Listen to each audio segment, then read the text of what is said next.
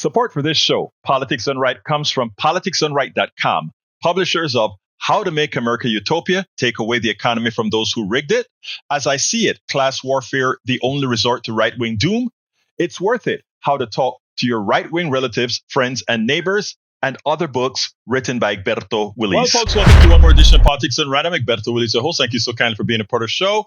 We are going to have, as usual, a great show for you today. Let me go ahead and make sure that I can get connectivity with all my peeps. How are you guys doing? I trust everybody's doing fine. Look, we have some serious stuff to discuss today. You know, I like to kind of start a little bit light, but as we go on, folks, we have a lot to talk about. Bear with me 1 second. Let me go ahead and make sure that I can see the chat live. Great. All right, I can see both chats. I have to switch windows, of course, until we get something better. All right, folks, welcome aboard. Welcome aboard. In the house, we have started. The first person in today was AVQ, El Senor Michael Rudden from Brooklyn, New York. We also have Patrick Magner from, where's Patrick from? Houston, Texas. What's wrong with me? We also have in the house, bear with me as I scroll down, Lee the Bearcat, Austin, Texas. We also have Eric Hayes, King Watatescasita, and E2247 from all over and from Los Angeles, California. And in our chat so far that I have, and I started late, but we are here on Substack, K-May Cole, Kathy Catras, Catherine Hill, Walter Reen. How you doing, Walter? Walter was a great guest a few days ago. Alan Thornton, should we talk among ourselves? Yes, you should. It's a family. You're speaking among everybody, and I'm hoping eventually we'll have the composite chats connected like we have with the most of the others. LB says, good afternoon from Kingwood, Texas. How you doing, beautiful LB? And Devante Goins, Skylar Murray Hill, Joe Banta, and the rest I probably can find on our screen. Yes, they are there. Lana Foley from Maryland.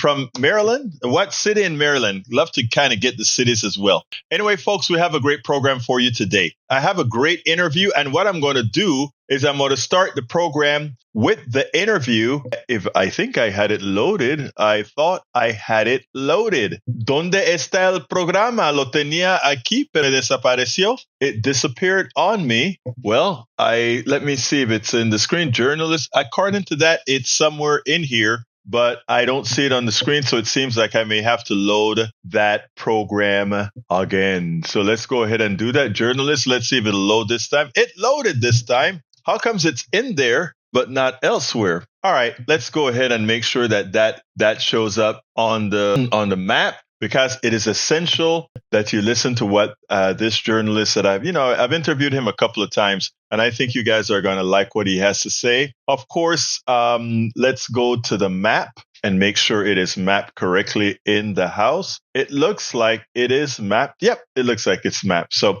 all right, but before I do that, I messed up. We need to get to some of what you guys are saying. Michael Rudnan, Rudnan, you have a lot today. I can't get to all of them because of what we have. MS Magazine, in just 100 days, Trump has already attempted to enact 1/3 of Project 2025. A new community-based tracker reveals how quickly the Trump administration is administering the policies that erode civil rights, healthcare access, and worker protections, reproductive rights.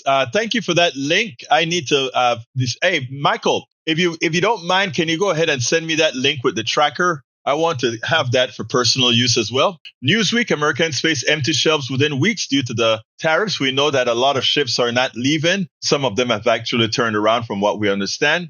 CNN, the last boats without crippling tariffs from China are arriving. The countdown to shortages and higher prices has begun. Some of the last cargo ships carrying Chinese goods without crippling tariffs are currently drifting into U.S. ports. Come next week, though, that will change. JP Morgan report details that overall imports into the United States during the second half of 2025 are expected to fall at least 20%. That is huge. That is huge. JP Morgan expects imports from China, rising, if not easily replaced by imports from other countries. A collapse of this magnitude would not only sharply boost prices, but also significantly hit supplies. Michael also have from Kyle Kulninski, Secular Talk, said in recent video, Trump doesn't know what the F he's doing. It's either that or the argument about him being some sort of a foreign agent who's purposely trying to destroy the country. I think the latter is true. There's a journalist that I'm trying to get an interview with. She hasn't yet responded, but she gave me some links. She sent me some links to explore, but she hasn't responded to coming online. And I won't do anything with that until I get her on the program. Let's go ahead and continue. Lady Bearcat says, I think it's last time Orange Guys get his turn, so he's letting it rip. Sorta, kinda, maybe. I don't know. E2247 says consistent reports of persons who are attempting to get any food and aid left in Gaza are being targeted and murdered by Zionist forces in. It's not getting enough coverage what's going on in Gaza. And, we are guilty of that as well. But sometimes you throw your hands up in the air and says, what can we do? We are facing some very severe issues here in the United States as well. We have, there are some people that complain in the morning program that there are certain things that I should cover, and they're right. But let me tell you how I look at some of this as well. And please correct me if you think I'm looking at it in the wrong manner. But, when you're in an airplane and the airplane is going to crash, one of the things that they tell you is put the mask on you first. You have to survive in order to save the others. Sometimes, however, the process of you surviving, a lot of others are being harmed. But, it's not an easy thing. And I don't have the answer. I'll be just honest. I don't have the answer. We can only fight so many battles at one time. And Donald Trump, that very evil person, is so bad. Egberto, my comments came after the video. No problem. Thank you, my brother. Let's see what else we have. The tracker sent over to your. Thank you for sending that, Senor. I appreciate that kindly. All right, let's go ahead and start with the interview, and then we'll continue thereafter. Welcome to another edition of Politics Done Right. Today, I'm honored once again to have a prolific journalist, Norman Solomon. Norman is an American journalist, activist, media critic, and the co-founder and national coordinator of RootsAction.org. He is the author of War Made Easy and is a longtime associate of Fairness and Accuracy in Reporting. His new book, or his recent book, War Made Invisible, How America Hides the Human Toll of Its Military Machine, is a must read. So we're not talking about that today, but remember that book. It's a must read. Check it out because it's something that I think would inform us quite a bit. One of the reasons, first of all, welcome, Solomon. How are you doing today? Thank you, Egberto. Glad to be with you again. Now, look, Norman, let me just say this. I follow your work. You know that I also, everything that I can get from you, I try to help flood the zone on the internet with it because you're a prolific writer and you see things that many don't see. Recently, you wrote an article that I found on Common Dreams. And the title of that article is Establishment Democrats Are Blowing the Fight Against a Fascist Trump. Why did you write that, first of all? I think I have an idea, but why did you write that? Well, as the saying goes, the goalposts keep moving, and people, it's a human characteristic, but also a political one. We get into denial, and a repressive regime becomes normalized, and what seems absolutely outrageous one month, the next month can seem like, oh, well, that's just the usual. That is so pernicious, so dangerous, and a way in which, as Jason Stanley, the author of the book, How Fascism Works, the way in which fascism works. It incrementally, and this is apocryphal, it doesn't actually happen, the frog that boils a degree at a time in the pot and does not jump out. We need to be very clear that what's happening is an autocracy moving toward, not there yet, but moving toward dictatorship. And so when the Democratic Party as a whole engages in business as usual, they need to friggin' wake up. And it won't come from inside the officials of the party. It won't come from the apparatus of the Democratic National Committee. It's got to come from the grassroots. We have to say, and it is true, the Democratic Party is the only electoral apparatus that can stop this march towards fascism through the MAGA Republican Party. Now, you use one of Reverend Martin Luther King's phrases, the paralysis of analysis. How do you see that playing a part in what we're doing, what we're seeing in the Democratic Party today? It's understandable but dangerous that we often simply can slide into reading about it, talking about it, having a sort of the spectator role in trying to understand, which is necessary but insufficient. We can contemplate the political navel till the cows come home, to mix metaphors, but we have to not only analyze, we have to take action. We have to organize. The right wing has done that for decades. They haven't simply analyzed and they haven't simply parsed the nuances of politics. They've been planning and organizing for the long haul. And while progressives certainly have been engaged in such a process, we cannot simply rely on, as good as the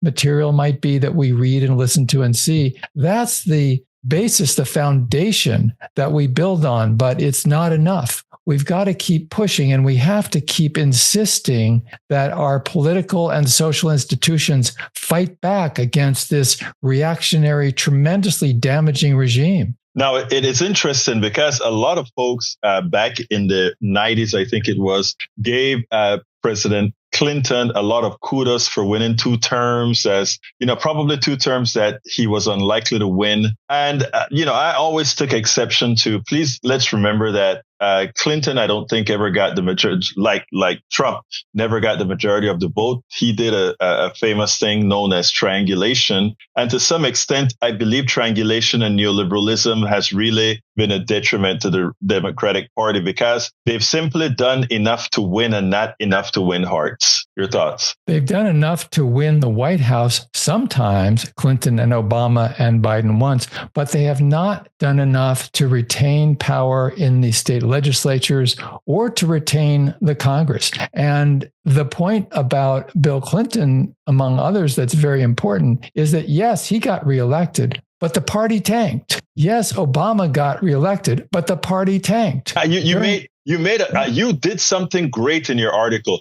Tell us a little bit about how badly that this tanking is about. What did we lose? In as much as Obama won two things, what happened around the country? Well, around the country, the state legislatures had a loss of 30 chambers by the Democrats. And the Republican proportion of power during those 8 Obama years went from about 45% to 55%. So by the time the 2020 census came around, which then is the basis for reapportionment, the Republicans had a hammerlock on so many state legislatures and they could gerrymander. We're still suffering from that. That is the difference. That's why Republicans control the House right now. It's been such a close margin. And because the infrastructure, the down ballot races were so carried by Republicans, so you have to ask, how does that happen under Clinton, who lost the Congress in 1994 and they kept it, Republicans kept it for another dozen years. Has it happened? Well, it's a sort of a political narcissism. It's like the president takes care of the president, and that's the huge priority. And meanwhile, the DNC is just sort of a lapdog from the Oval Office. And then you have these losses down ballot. So this is a pattern where the Democratic Party, first of all, has not paid attention to rural areas. It's such a tragedy that the country vote has gone out in the rural areas. The country vote has gone to Republicans, if you chart it, in the last 2 decades by a huge accelerating margin. And also then in terms of ability to elect members of the House and Senate. So the spotlight is on the president, but we have to ask, how did the Obama presidency coexist with losing 910 seats in state legislatures around the country during those 8 years? And what is interesting is, and I think you nailed it there about the rural vote. If we take a look at the destruction that would be the budget that Donald Trump is working on right now with the Congress, the people that are going to get hit the hardest, the people that are going to get hit the most are, in fact, rural areas as they make the changes to close Social Security offices down, close a lot of governmental jobs down. These were high-paying jobs in rural areas that are no longer going to be there supporting an economy that is already under stress. So your thoughts about that? Well, that's a key point. There's been a lot of appropriate focus on the decimation of the federal workforce in the Washington, D.C. area, Virginia and Maryland and so forth, and in the district. But as you point out, there are rural areas where people across the country, they're dependent on these services, these outlying offices, the post offices that are sometimes being closed down, the service that's being curtailed. We should make no mistake about it. This, and I hesitate to call it an administration, this regime that has gained power for the oligarchs without any shame whatsoever, flagrantly plundering from the middle class and lower income people. These are people who do not believe at the top. They do not believe in democracy. They are savagely attacking democracy. And whatever people say about the Democratic Party, and at Roots Action, we have been highly critical of the Democratic Party, the corporatism and the militarism. Face facts, folks. The only way to take electoral power away from the Republican Party and get rid of the Republicans in Congress and their control,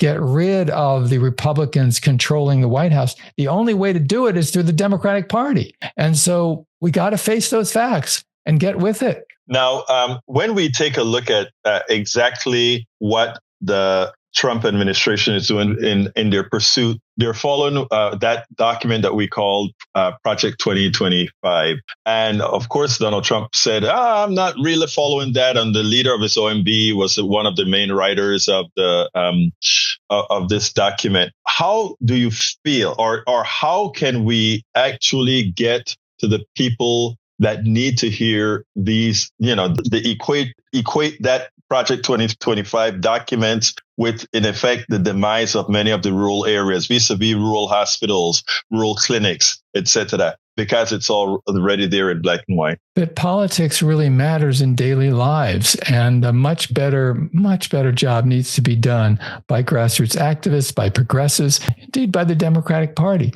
to convey that these are not abstract questions. This isn't like inside the Beltway, inside baseball stuff. This is about healthcare, education, housing, the environment, people's capacity to have neonatal care if they have a child, if you're going to have elderly care. These are all very human characteristics, and some folks may understandably say, and maybe they're working two jobs, maybe they're really stressed for personal reasons, family, health issues, whatever it may be.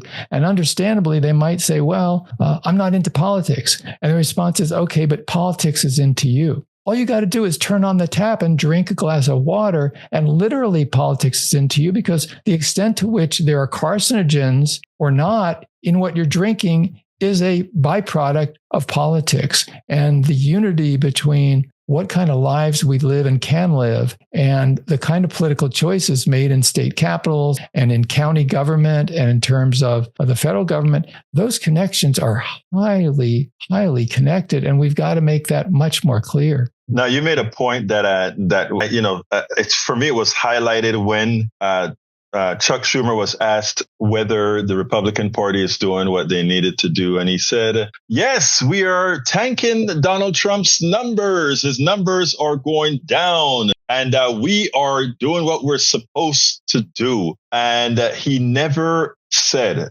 many of the things that you've said. He never told that audience that was listening to him on Meet the Press what he was going to do effectively for them, the bread and butter issues you wrote. But there's little evidence that this is from your article. There's little evidence that the party leadership wants significant change beyond putting themselves back into power. Midway through April, the homepage of the Democratic Party seemed like a snapshot of an institution still disconnected from the angst and anger of the electorate. A pop-up that instantly obscured all else on the screen featured a drawing of a snarling Donald Trump next to the headline, We're suing Trump over the illegal executive orders. Underneath, the featured message proclaimed, we're rolling up our sleeves and organizing for a brighter, more equal future. Together, we will elect Democrats up and down the ballots. The schedule of town halls in dozens of regions was nice enough, but a true sense of urgency, let alone emergency, was notably lacking.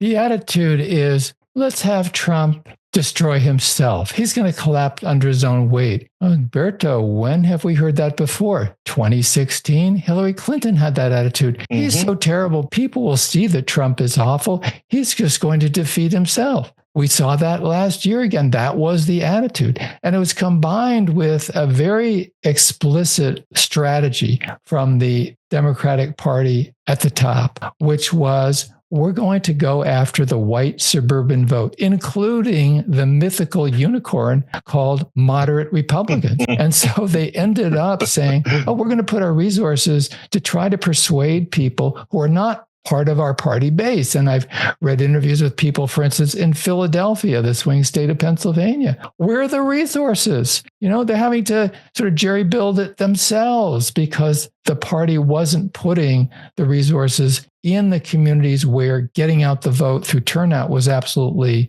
essential. And so it's unnerving to see a lot of the statements made by, for instance, Chuck Schumer in 2016, he said, for every vote we're going to lose around the Philadelphia area, mostly people of color, lower income people, we're going to pick up two, he said, from the white people in the western part of the state. How did that turn out? It didn't. And this is fundamental. Whether the Democratic Party at the top is going to stop being afraid of its own base and start engaging with it and fulfilling its potential. Now, let me ask you if you agree with this. I think one of the reasons that they're scared of their base is actually their loyalties are with their rich benefactors. And in doing so, I don't know how different they are than a traditional, not MAGA, but than a traditional Republican. Your thoughts? Definitely that the mega donors, the billionaires, the multi-millionaires who take out their checkbooks or wire the money in, that's the constituency. And so, in a sense, the base of the National Democratic Party, not in terms of votes, but in terms of dollars and allegiance from the head of the Democratic National Committee, from the leaders of the Democrats in the House and Senate, their base is really, really rich people and corporations. And they're not as extreme by any means as the MAGA Republicans, but they're still pretty damn wedded to the idea that to make this, quote, democracy work,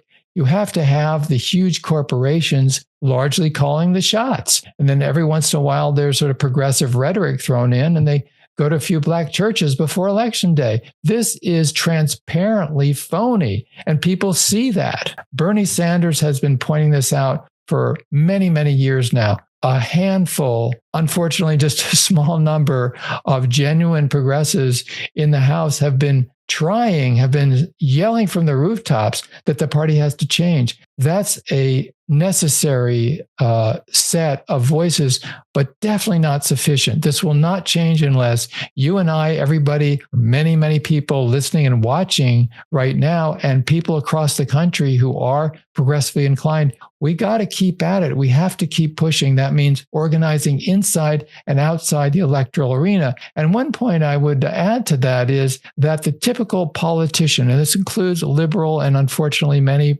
quote unquote progressive politicians, is they see social movements as subsets of electoral campaigns for them to get elected and reelected. That's backwards. It should be the other way around. Electoral campaigns are crucial, but they're subsets. They should be within social movements because that's the rising tide that lifts the boats of humanity. You think of everything we can be proud of in this country, for instance, women's right to vote, Social Security, Medicare, Medicaid, civil rights legislation, gay rights legislation, women's rights, abortion rights, reproductive freedom. That and so much more is all the result of people organizing at the grassroots. It was never handed down from the powerful just because they were going to be nice. Now, one of the only exciting things that I'm seeing right now is what Bernie and AOC are doing together. The old and the young coming together, and the people that are showing up are simply astounding. And nobody understands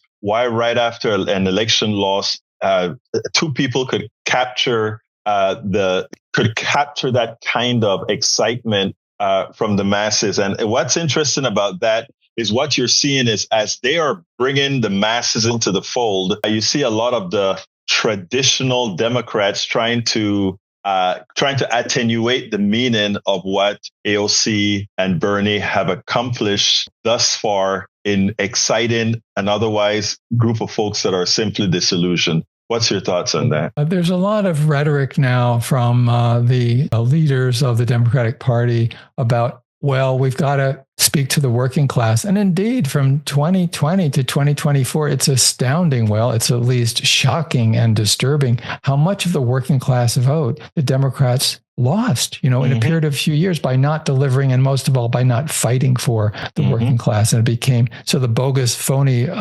right-wing reactionary pseudo-populism gained the march, got the space, was able to get more and more working class votes as a result. There has been an effort, for instance, Senator Chris Murphy. Yes. Some very, very good things. Well, that's the good rhetoric. That's a good step. It remains to be seen how much in terms of program and fighting for working people will actually be coming to fruition. And as you pointed out a couple of minutes ago, the relationship to the very wealthy and the working class, for the working class, is crucial. Does the Democratic Party fight for fair, progressive taxation, for instance? I mean, a lot of this is just a marriage of very misogynist, jingoistic forces with the most greedy aspects of Wall Street and the tech industry. And that's the Republican Party now. And so will the Democratic Party really fight for fair taxation?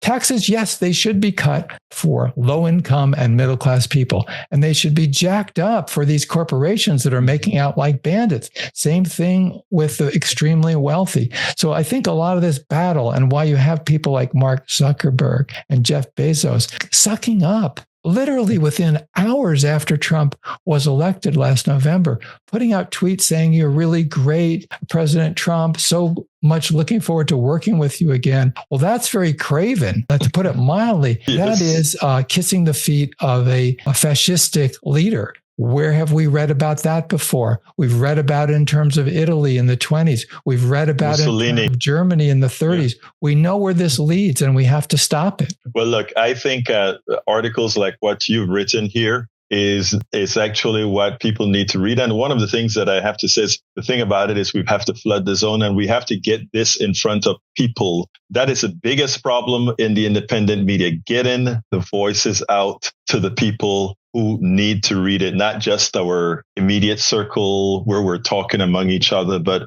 trying to get it out there. And that is a fight. That is one of the things that we do here in independent media, and having great leaders like yourself that are putting this thing out here, I think is essential. Why don't you give me a closer, Norman? Well, first, I want to say that this doesn't ever, and none of this that you refer to happens by accident or only people wishing. There's a saying, we must do the work of ants. And we're not talking about the sisters of parents. We're talking about ANTS. Yes. And it's daily work, and it's not glamorous. It's about getting it done throughout our lifetimes, really. That's what Politics Done Right is all about. I know. And it is multiplied by so many people around the country who are dedicated, sincere, thinking about the future, and also aghast at what tyranny is being brought to this country. I definitely invite people to support this program, and also invite people at rootsaction.org. We have now more than 1 million people who have signed up for action alerts. We hope that you will make it more than 1,000,001. You can do that in about 30 seconds. You go to rootsaction.org, and you'll get periodic emails about how we can join forces to turn this country around. Look, thank you so kindly, Norman Solomon. I'm excited every time I set up an interview with you, because I know that we're going to get stuff for people to go out there and do. And that is just what you did. Norman Solomon is an American journalist, activist, and media critic, and the co-founder and national coordinator of rootsaction.org. Thank you so kindly for having been on Politics Done Right. Hey, thanks a lot for all you're doing. All right. I hope you guys enjoyed that. Now, here is the deal, folks. I want to address Steigen Bergen Greek, because I feel the passion in the statement that she makes in the chat. I mean, that they make in the chat. I'm sorry. I fear that Trump is moving too fast and opposition is moving way too slow. We are going to blink and it will all be over. we better do something soon or our democracy will be gone and we will be powerless to do anything. That is the most profound message that we have right here. And I want everybody to digest that message from what they've just written there, from what Steigen, Bergen Greek just wrote there. That is the absolute sentiment we should all have in our psyche and in our hearts. And if you notice, Brother Solomon spoke to that. We all have to be engaged. Yes, you can look in this chat and find the straddlers, those who just think everything is okay and that we, the lefties, are the crazy ones. Yes, they think that now. The ships are turning around in the middle of the ocean right now. We are about to get clobbered in the next few weeks, but everything is okay. They believe their Führer. They believe what their God, Donald Trump, is telling them. Well, we have to keep the love for these guys, irrespective. Because as things go bad, which they are going to go bad, they're going to sit back and they're going to do what folks normally do. Yesterday we had Pedro Sanjani Silva with us, and Pedro said that in our minds there is a self-defense mechanism that refuses to accept that we were wrong about something, and we simply try to go around in circles and justify the failure. Well, some of you may do that, those of you who have the wherewithal to wing it, but there are many who don't have the wherewithal to wing it, and they will suffer. Steigen, Burger Creek, we are for those who we know are going to need that support as the destruction continues. So look, rest assured that yes, Donald Trump is flooding the zone and moving fast, but also rest assured that there are a lot of us out there working very, very hard. In my case, my contribution is to make sure I spread this message widely. And I promise you to continue doing that. I mean, we all have our strengths. On Thursdays, I work with Neil Aquino. He's out there beating the pavement, making sure, doing his little part to confront these different politicians that are evil. Yes, there are people doing the job. We have right here locally in Kingwood, Texas, my good friend, Cindy is working her butt off. Her last name just left my mind. But Cindy is working her butt off to make sure that she organizes people in this area that make people aware of what's happening. And all throughout this city, Houston, Texas, I can point out folks that are doing stuff all over the country. Rachel Maddow points out the hundreds of daily protests that you see occurring. So people are standing up. You may think it's not making a difference, but every single one of those politicians who are supporting your demise, every single one of those politicians, rest assured that they know that people are starting to engage. And while it's not time yet, it's occurring. So I'm not just going to say keep the faith up. It's not enough to keep the faith up. It's not enough. What you have to do is go out there and be a part of the movement. So let me do this as a test. This is just a test.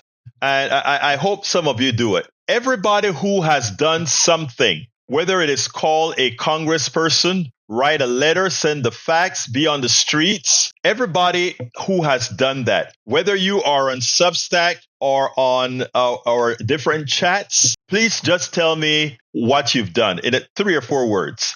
Put it in the chat, what you've done. I want to see if we have, the engagement. So please, any one of you, all of you, what I should say, please tell me what you have done. And by the way, some of the information that you guys have provided me is actually doing something as well. But put in the chat, what have you done? Have you written a letter? Have you made a phone call? Have you not only a phone call to a politician? Have you called a family member of yours and said we have to remain engaged? Have you done anything whatsoever as opposed to just worrying? I want to ask all of you to give me an answer. And then if you have the wherewithal to do so, I really want to know. Come on, let's see this. And then after that, I'm going to tell you, I have a message for you. Lana Foley said, started a democracy group, which now has over 500 members. I have hosted every national rally in our small city.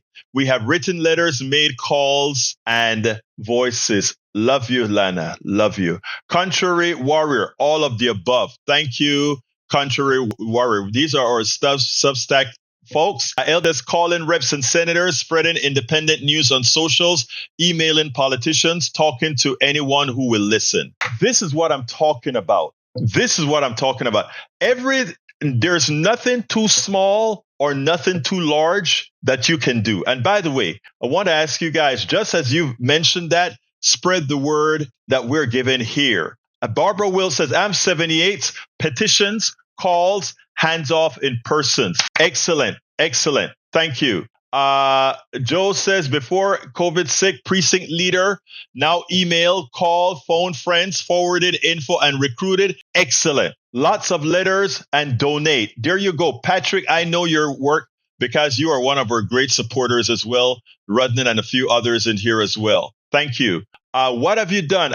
Michael Rudness has attended 2 out of 3 of the recent protests, donated to progressive causes, continue to push progressive message on social media. Very, very, very important. Lita Bearcat says, I come to this show is what I have done. Very good. Now, I'm going to add one thing that I'd like to ask you specifically to do, Lita Bearcat. Also, share our newsletters, share our programs all over, not only on the chat. The idea here that the reason I wanted to do this exercise, show that all of us have value and there's much that all of us can do. Catherine Hill says, restacking lots of political stuff. Very important. And let me just tell you about Substack.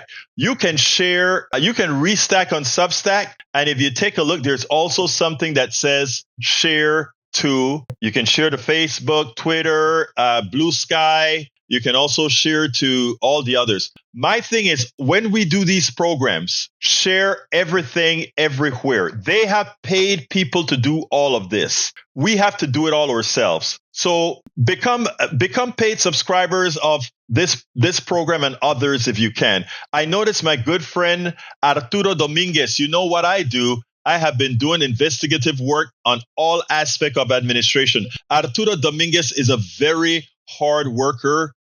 He has had some illness setback a few times, and he's still in the game. He has a great Substack. Please support these Substacks financially if you have the wherewithal to do so. It is so important because we are the independent media. My good friend John Cotter sent me a Substack this morning. And on the top of the Substack, it gave some examples of the failure of traditional media. Then it gave why we need independent media and an ask. I'm going to rip that off in my newsletters and put it to try to get more people to subscribe, to become paid subscribers. But whether you're paid or not, we can go ahead and make a difference. And as you can see, for those who answered in the chat right here, you are making a difference. And I don't say that just off the cuff. You are really making a difference. Think about it. We have hundreds of people, if you add up our Substack, Twitter, that are listening right now live. If you add up everything, right? Imagine if every one of you shared everything that we're doing right now, our newsletters, etc. The magnitude that you would put into the space, and imagine every other program doing that. You get what's called exponential growth. And we don't need the mainstream media to lie. We can actually promote the truth through the sheer size of our grassroots movement. So folks, do it. Senator phone numbers, click on the senator's name. It links to him. Thank you for that, E2247. Let's see if I missed anybody else. I don't think I have. Okay, look. Have you guys ever heard of Burkina Faso? Burkina Faso is a former French colony. I've had a lot of corrupted leaders that were pretty much pawns of their colonial masters. And they finally got a young person to take over. I mean, he overthrew the corrupted government. And in overthrowing the corrupted government, he kicked out France. And now it seems like the United States, wants to get involved to get France back in and take the reins away from this guy. I've been reading about this for a long time and watching a lot of TikToks people have been talking about. And there's one particular TikTok that touched me this morning. And I want to play that one for you all because what I think is important is for us not to buy the narrative that's going to be coming out very, very soon to justify doing military actions in Burkina Faso. So what I'm going to do right now is I'm going to go ahead and put that one on, and then we'll take it on the other side. But listen to this, and then we'll take it on the other side. 5 billion euros. That's how much gold France holds in its reserves. And that's without having a single gold mine in France. Are you ready for another one of my ultimate breakdown explaining videos? Well, in my opinion, this might be my best one yet. So stay locked in. Burkina Faso, a beautiful African country, blessed with an abundance of gold, once colonized by France, but they were kicked out and told to do one by this new revolutionary leader, Egberto. When France got kicked out of Burkina Faso, they were pissed, for obvious reasons. They were not happy. But guess what? They want back in, They're trying to rebuild relationships with Burkina Faso. The president of France, Emmanuel Macron, recently gave a speech. He had the audacity to state, one day, the people of Burkina Faso will thank him and the French people for all the help that he's given them. In response to that speech, the Burkina Faso president, Egberto, stated very clearly in no uncertain terms, before we can even consider rebuilding the relationship with France, he had stated that he wants France to return every ounce of gold that France had stolen from the mines in Burkina Faso. In response to that, France is trying to play dumb, stating that the gold that they have belongs to them. It came from the mines that they owned. But the thing is, and you can do your research to check, there isn't a single gold mine in France. Not one. 125 billion euros. That's how much gold France holds in its reserves. And that's without having a single gold mine in France. So where did that gold come from? And who does it belong to? Okay, now check this. Okay, so let me break it down in plain English. Burkina Faso is now being threatened and targeted by France and its big brother, America. The USA has now stepped in. Why? 2 reasons. 1, they want access to the mineral and asset wealth of Burkina Faso. And 2, they don't like the fact that Burkina Faso is developing close relationships with Russia, because that would signal a strategic advantage for Russia, which America is not comfortable with. So what's America's next move? Would you believe it? They have now promoted this man, General Michael Langley. He is the first black man to ever hold such a high military rank in US history. And they've given him a very special assignment. Find a reason to justify US military action in, you guessed it, Burkina Faso.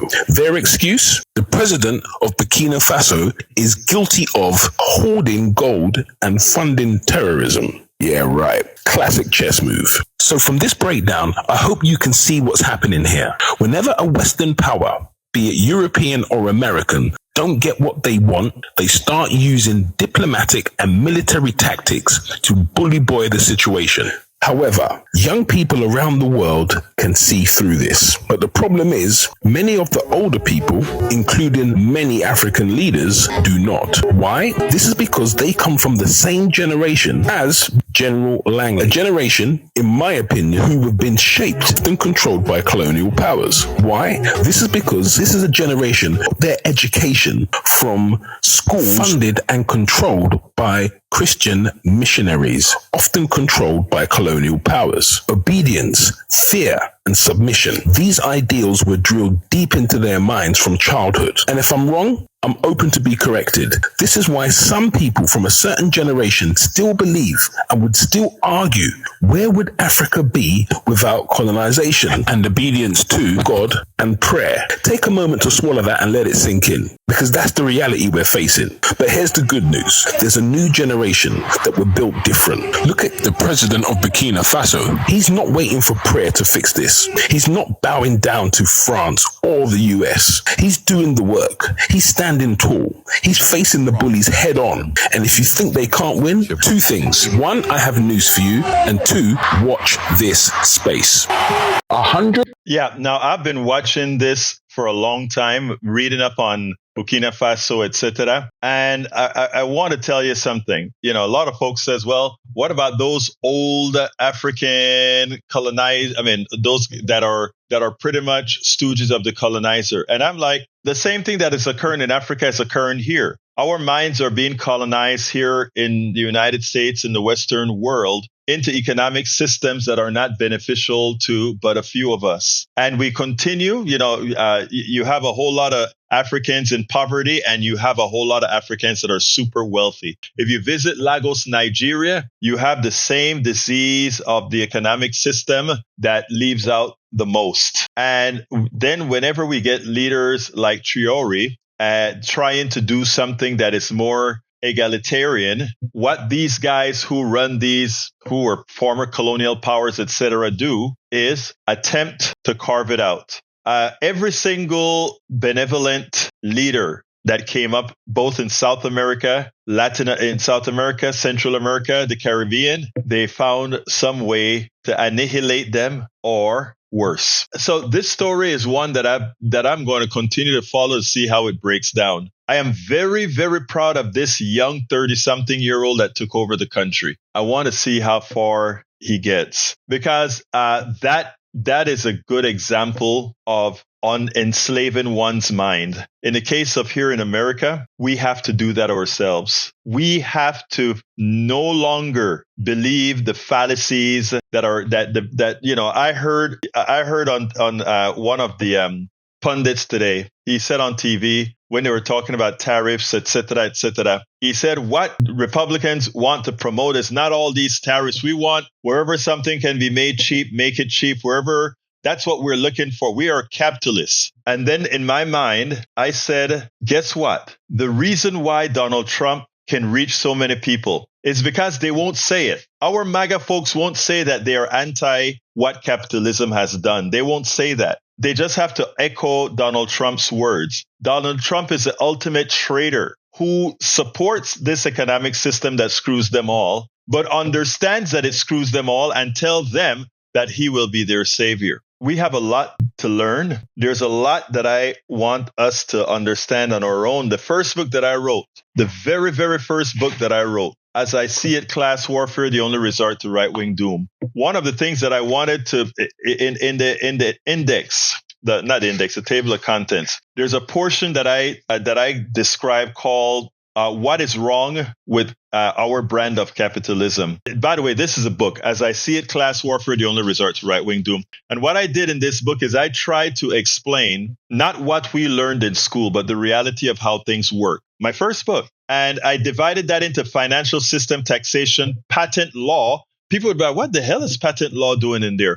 Well, patent law is how we keep people down. Patent law is how we allow corporations to really get an inordinate amount of wealth with no competition. Military spending, free trade, government social services, and the market. All of that chapter is what I call the coup de grace on this particular book, our economic system. Because those very easy to understand chapters in what is wrong with our brand of capitalism and broken down in those areas give a great synopsis of what's really wrong in simple terms. Not using a whole bunch of complicated stuff for people to understand, right? And the other book that I have called How to Make America Utopia. These chapters I have kind of, what I try to do is talk about how we are indoctrinated, the economic system explained objectively from the government sector, private sector, and how do we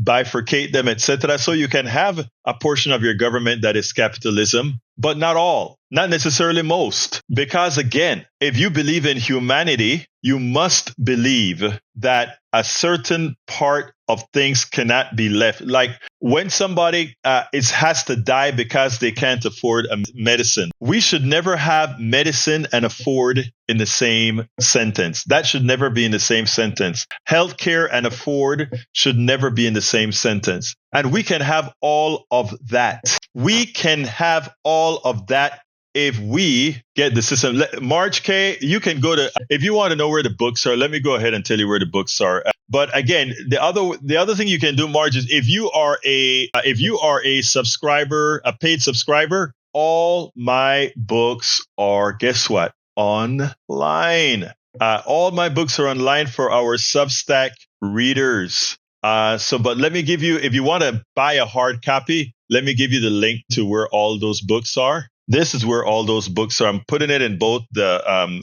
Substack as well as I'm going to put it in chat. So you can find it in both places. That's where all my books are. But the idea here, folks, is this. We have to get away from the indoctrination. I was so proud to see Traoré. Traoré doesn't buy the Kool-Aid. How can a country like France and Spain, all these guys that had nothing as far as gold resources, they all went to Africa, colonized it, and stole. And they say, oh, these people are poor, but they stole the resources of these people. Well, these people weren't developing their resources. Not true. They just weren't capitalists. They didn't think they had to extract and extract and extract. They get gold and they make their jewelry for beautiful things. And they had their own communities. They had their own pyramids underground, different lifestyles, different cultures. But these colonizers came in and they just took it, right? So let's be clear. This is just to say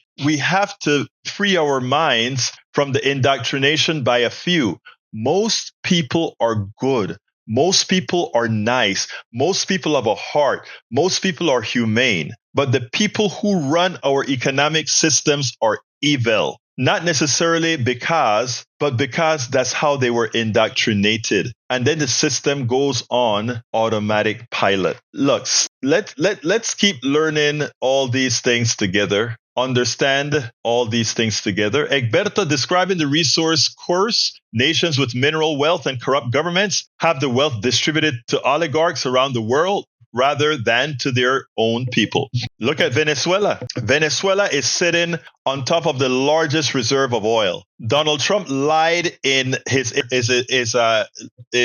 media appearance today. Nobody corrected him when he said, we have the most oil. Nobody corrected him. No, Trump. Around the entire world, the largest sum of discovered oil right now is Venezuela. And the reason Venezuela does not and will not have success is because they attempted to democratize their oil reserves. And that couldn't happen because what happens if America tried to democratize its oil reserves? What happened if Americans started to ask for all those millions of barrels that are removed from our public lands on a daily basis? Suppose America starts to ask, why don't we democratize our own oil assets, our own mineral assets, and not simply give it to the oligarchs and the oligarchs who sell these stocks? Imagine. That's why Venezuela could never have succeeded. Hugo Chavez, when he was creating los Estados Unidos Bolivarianos, that was the idea. Why could Muammar Gaddafi ever get the African money put together? Because it would have been a challenge. How dare us get African currency and sell oil in African currency after we made a deal with Saudi Arabia to price oil solely in dollars? By the way, that goes out of style, I think, in June. So there's so much that we don't know that if most Americans knew, they would not allow themselves to be ripped off like we are today. Anyway, I have got to get out of here. But beforehand, I'd like to ask you all to become, Catherine Hill says, thanks, Morgan. So many books, so little time, but keep reading. I'd like to go ahead and ask you guys, those of you who are not yet paid subscribers to Politics Done Right or to our newsletter, which subsidizes Politics Done Right, to please become paid subscribers. And how can you do that? Simply go to politicsdoneright.com/newsletter. politicsdoneright.com/newsletter. And if you do that, by the way, you get to access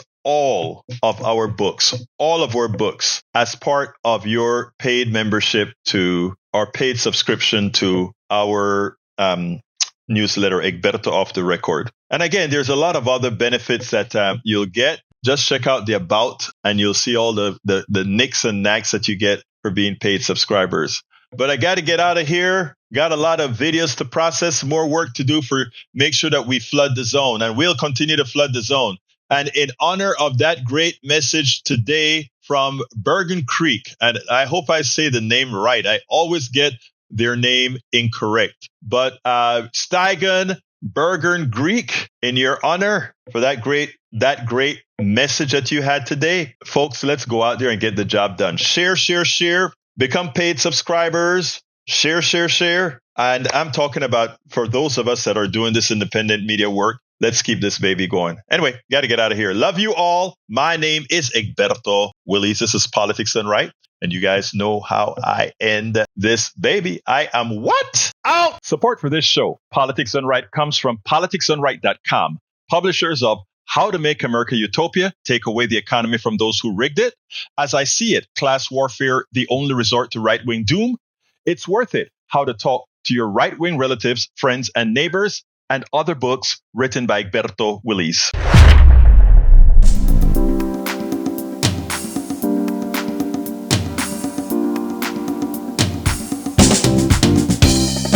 Welcome to Politics Done Right. I am your host, Egberto Willies.